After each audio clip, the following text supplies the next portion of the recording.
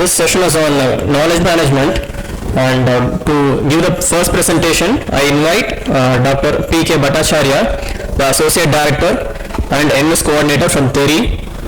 Post this presentation, we also have two more presentations for this session. A fellow and head at the Knowledge Management Division TERI. He supervises and manages knowledge procurement, management and user-centric services at TERI. Dr. Bhattacharya has years of expertise in conceptualizing and developing electronic value-based knowledge services. He specializes in project planning and implementation, knowledge processing, organizing analysis, editorial activities, knowledge service innovation. I welcome you, sir, to give for this session on knowledge management and climate change. Good afternoon to all of you. And we have since morning have learned many things on different aspects of climate change, including data and several type of knowledge and kind of knowledge missions. Just now Dr. Negi also mentioned. And in the morning session also, before lunch, we have seen that how TERI has helped, or rather helping, Puducherry government for creating their SAPCC, planning and policies. Now, there are certain queries raised in that particular session also, that how this could be, implemented and all those things. So, in this particular knowledge management session, I'll take you forward in two aspects. One is strategically how knowledge can be managed, and second one, how we are managing knowledge in TERI, including one of them is our ENVIS center. So, in fact, I am very much privileged to speak before you and invited for this particular presentation. We have a Puducherry Knowledge Hub here also. So both of us are actually working very closely with Ministry of Environment and Forest for our ENVIS program. So just to begin that, how knowledge can be managed and why this is important in terms of when we are thinking of any climatic action. Now, just to begin with, this is a very preliminary site. It shows that knowledge, if you decipher or rather decode knowledge, it gives you an age. Means when you know something, when you learn something, it actually gives you an edge over others. So that means whatever actions you are going to take, if it is an informed decision making, so that will help you in knowledge management. Now the second slide, it shows that most of the things are in our brain, inside our human thought process. It's never came in the light of any kind of documentary form, which we normally read.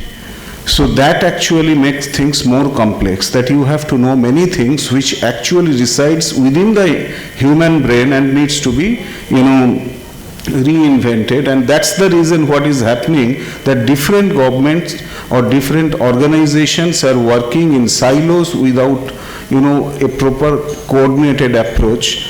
That makes things more complex, or sometimes we actually reinvent the wheel quite some time, wasting our own precious time, working time, you can say.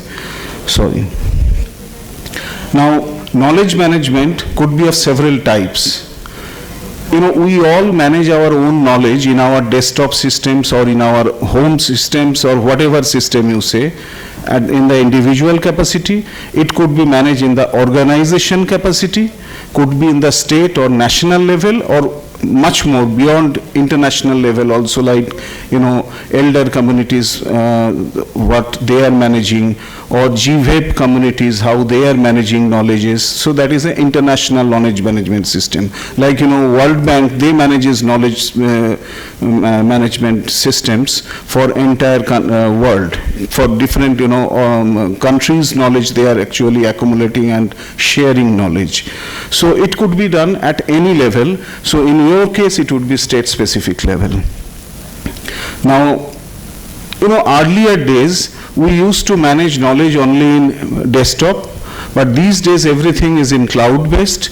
As a result, you can manage your knowledge even in the cloud and access it through your mobile system also. So that's where we are actually looking into, because whenever you want to access any climate knowledge or any sorts of action or decision you want to take, it should be accessible to you. So that's where we want to reach. Now, it was always said that whenever you accumulate knowledge or do some work, this needs to be integrated through a monitoring system.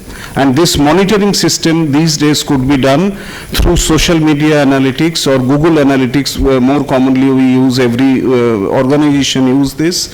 So, such is the way you can actually integrate all your knowledge aspects and monitor how it should perform through Google Analytics or social media analytics system.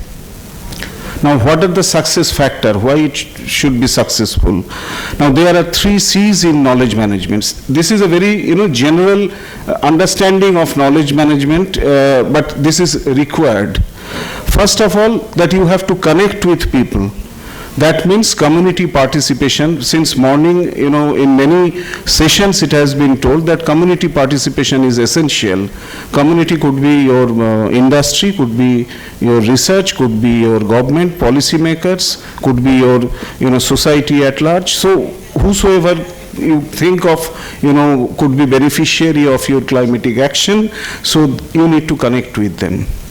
And then continue the monitoring. Whatever exactly you are doing, so it's required to be monitored on a regular basis. It could be through dashboard, it could be through a periodic matrix or whatever you say.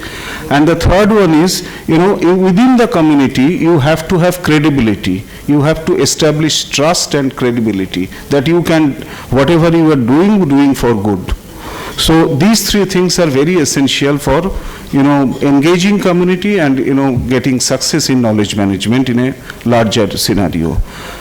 Now, next thing comes the strategic part, where you need to know what are crucial knowledge, what you should collect. You cannot collect everything under the sun. It's not possible.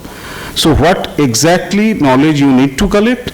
So in the strategic knowledge mission, what government of India has already initiated, so there certain parameters are listed. In different other missions also some parameters are listed. So those are the areas where one needs to collect knowledge, and then which resources and to whom you will be giving those resources. You have to have a technology domain, then process you need to follow, and of course people are the person who are custodian of knowledge. You need to access them also.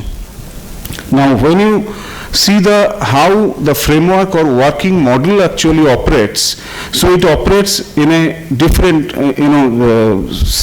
setup. One is from the individual groups to a larger collaborative group situation. So within that thing you can have routine kind of knowledge generation activity.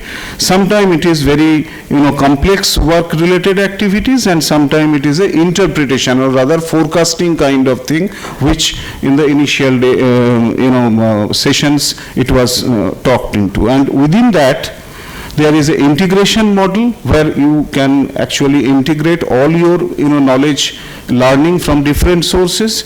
Then you can collaborate with other, and then collaborative learning happens. And then transaction means every day you are actually passing on your knowledge to someone, and this way you are actually providing input. So that is one. And then expert guidance also required sometimes. So that is another working model. So these 4 working models are usually practiced. Now this gives you a sustainable advantage. Now what way it gives advantage? It gives you, you develop several repositories on specific issues, data sources you actually capture. We saw in the last session also that how MOES has collected several data. So data sources you actually collected, and then it gives you a research insights, or rather research intelligence. So that facilitates the process, and from that, success stories or failures, whatever is happening, so you need to analyze so that you can, take corrective measures accordingly. And this actually help you to develop collectively as a, you can say, comparative intelligence, and that actually ultimately takes organization decisions or policy decisions or whatever decision you say.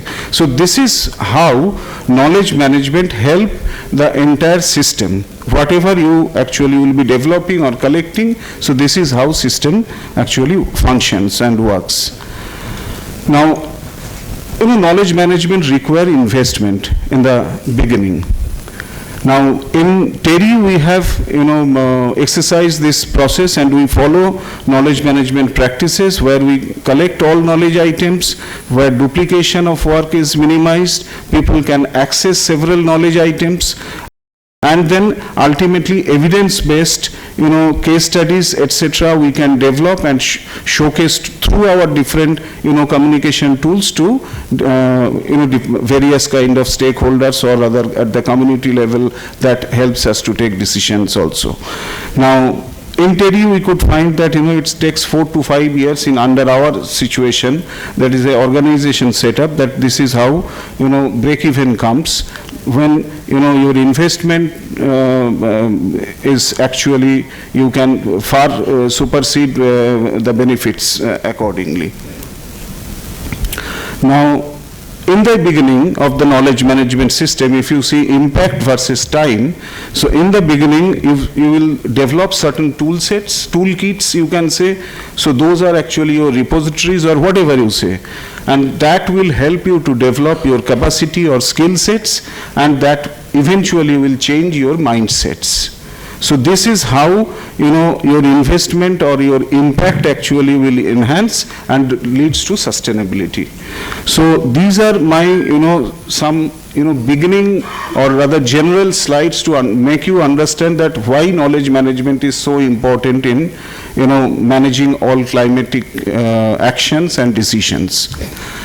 Now, if you see the value of knowledge management in clear term, so it actually, help professional or researcher to improve the best practices.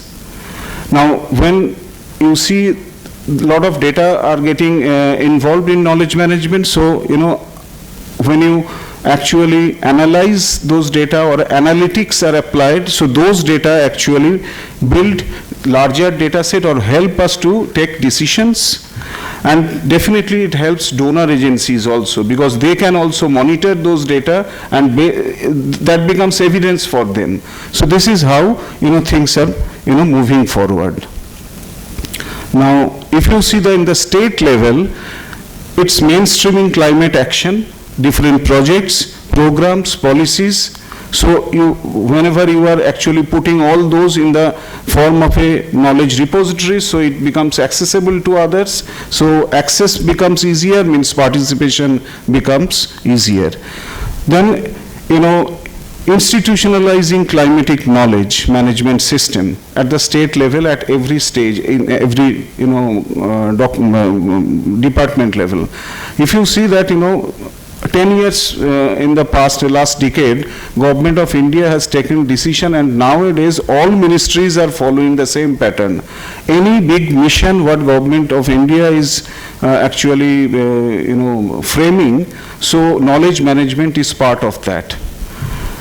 Then wide-ranging strategic knowledge partnerships is possible, because knowledge partnerships helps one to know what others are doing, and that is how, people will be moving forward. So this is what is necessary at the state level, which are, planning to take many important climatic actions. People's participation, building climate change consciousness or awareness, and customized climate change knowledge for all stakeholders. So these are the different,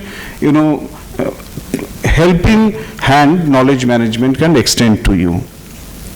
Sorry. Now, key activities, if we see what a state can take in terms of knowledge management tools, now this particular thing, in the past, TERI has developed a, knowledge management strategy for the state of MP, Madhya Pradesh. So there we have taken a larger, surveys and discussions held at different groups, and it found that, education training is one of the important component for, climate action, making climate actions feasible. Resource development at various levels, which you definitely are developing already. Network and strategic partnerships development, different community engagement, developing a state-of-the-art knowledge portal which is accessible to all government agencies, and then communication and outreach, because people should know that such systems are in place. Now, in the education and training, low level of awareness actually is the major bottleneck. So that is actually getting eradicated if you are making awareness, make people educated on how climate change, like in the morning also, climate science, Suruchi told that what people should know and how it should be inculcate to the different aspects. In fact, our esteemed Vice Chancellor also mentioned on these issues. So education and training is one aspect. Second aspect is knowledge resource development.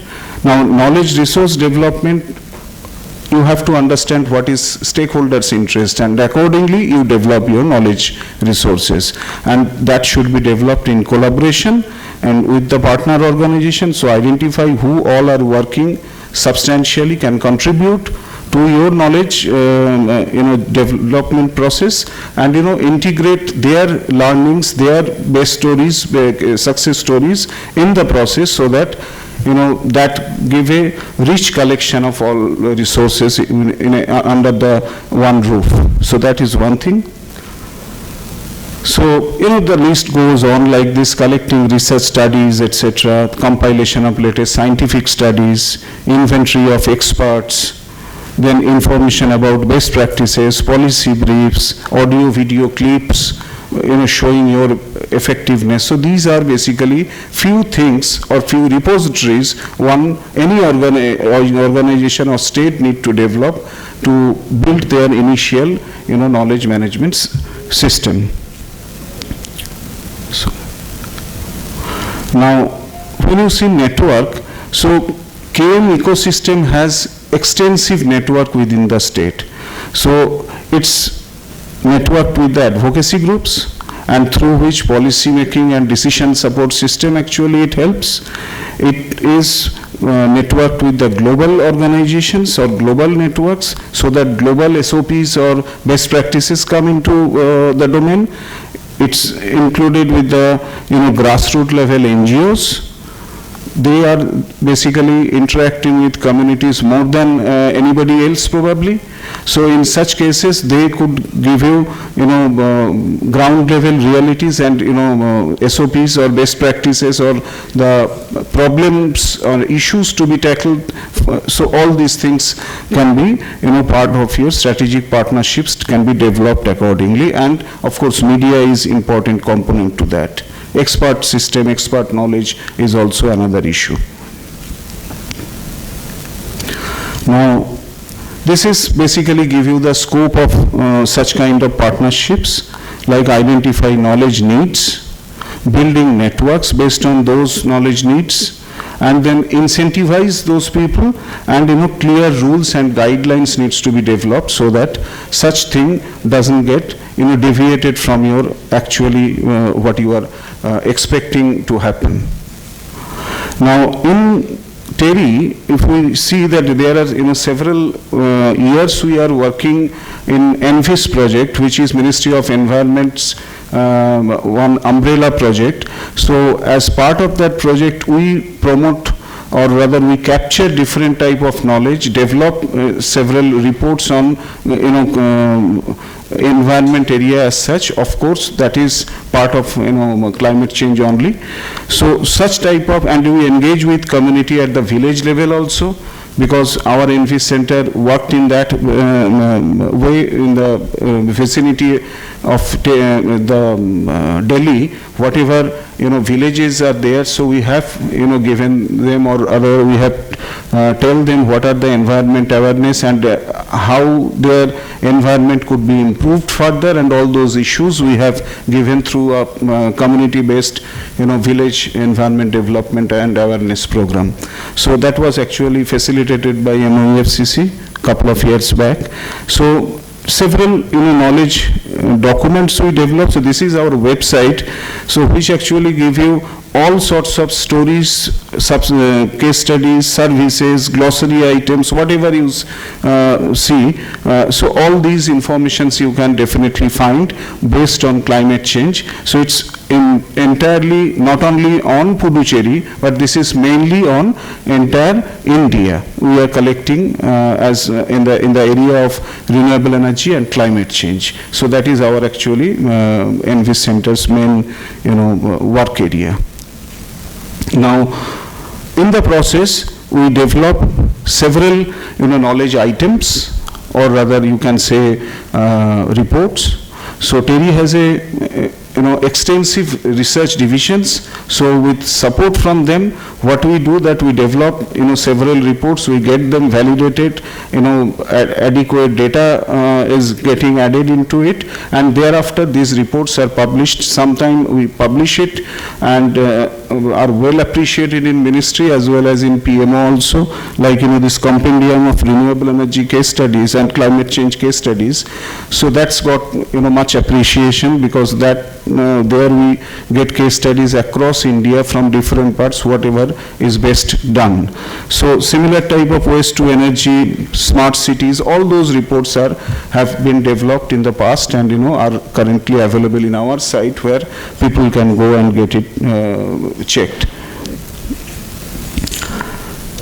So one important intervention, it was we have talked that how solar energy can be helped. So Ministry of Environment through ENVIS program supported Green Skill Development Program, in which our center has already conducted 24 such program, and more than 780 trainees have been trained. Nearly 50% has already placed in for their livelihood generation and all.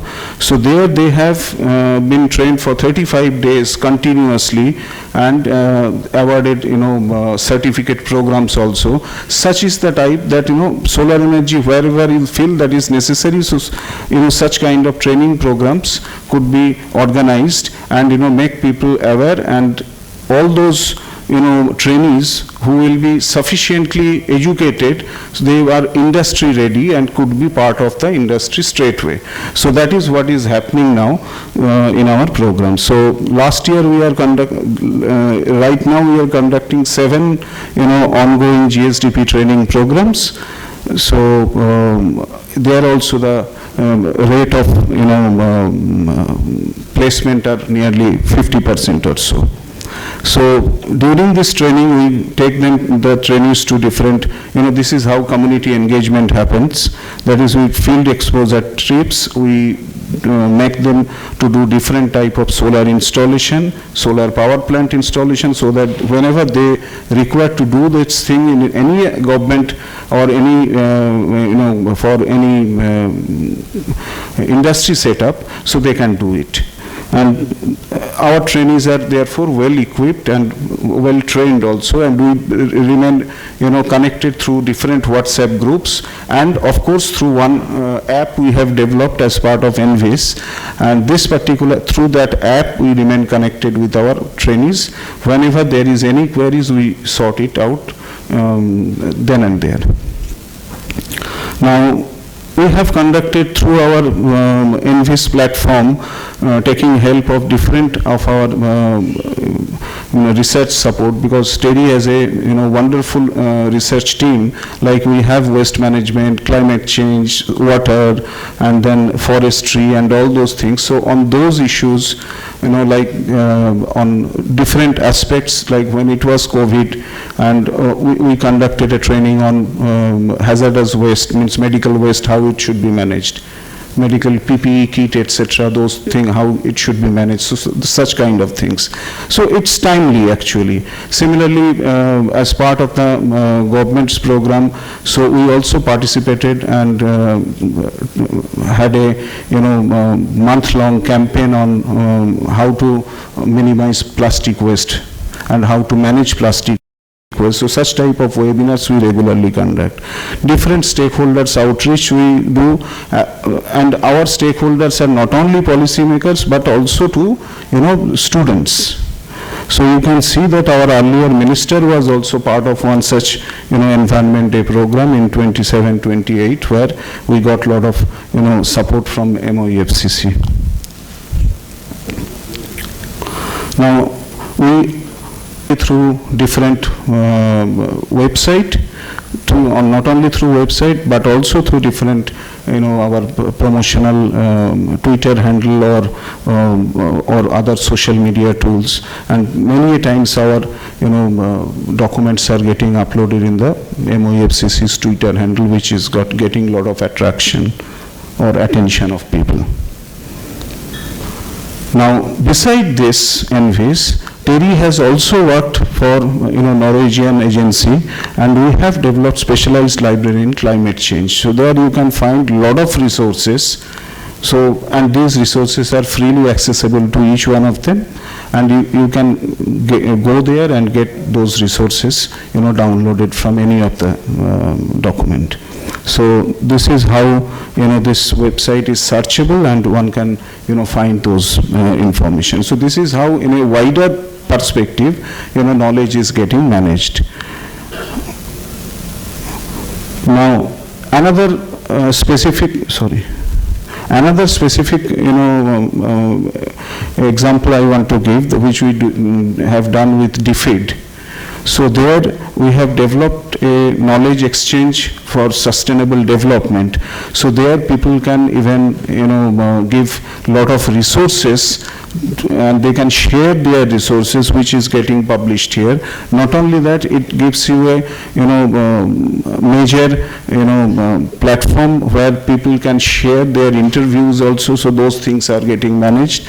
We also developed several policy instruments, and which are currently in place there.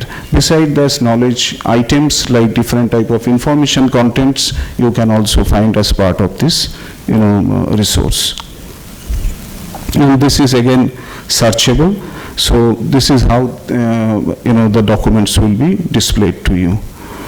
And last but not the least, this is the current thing what you all are aware that several programs are going on in this direction, that green mobility. So GIZ has approached us that how best green mobility resources or knowledge items can be captured and shared with people.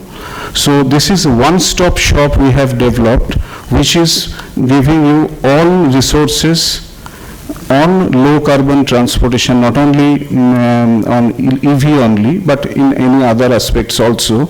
So whatever resources, you name the resource published in India or in elsewhere in the other parts of the world, so those resources we actually capture and make available. Somewhere these resources are not available full text form, so these resources can be actually, we guide them to how to get those resources in case it is required. Now, one important component is this. Here also people can share our and we regularly monitor how this thing is getting accessed by others. Now these are the different type of resources are there, and several reports or policies, whatever is getting published, so you can search it and you can download it. So when you see the technology section in these components, so you can find the technology components also available in this. And this is how you search the resource, download it, and you find the all related components also there. Now, and all these resources are free of cost, and most importantly, several ministries have agreed to publish their content in this website. Not only ministries but international organizations including, international bodies and national, government and other organizations. They are also regularly, sharing their resources to our this particular website. So people can find all resources under one umbrella here. So this is what I wanted to tell you, that how in TERI we are practicing knowledge management and all other resources, and I believe that there will be some question, we can definitely take it together. Thank you. Thank you, sir, for sharing a lot of information on how TERI works with data management and also on few of the activities of the ENVIS Center of TERI. So thank you.